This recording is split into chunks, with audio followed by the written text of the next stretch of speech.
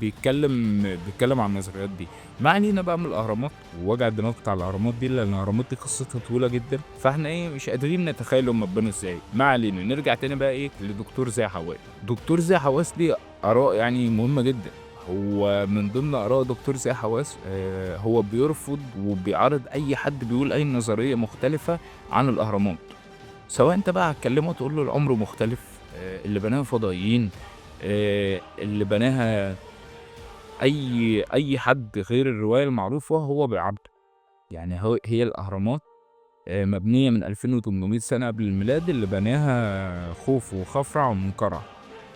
هو عنده اقتناع تام إن هي النظرية دي صح، وإن ما فيش عامل خارجي هو اللي عملها. هو عنده حق، بس برضه أنت ممكن تستقبل النظريات التانية وتبدأ تشرحها، تفهم الناس بالراحة. لو فهمت الناس بالراحة ممكن تستوعب، والنظرية دي تبقى خفتة عن الساحة، ما تلاقيش حد بيتكلم فيها تاني، عشان النظرية ما تبقاش متداولة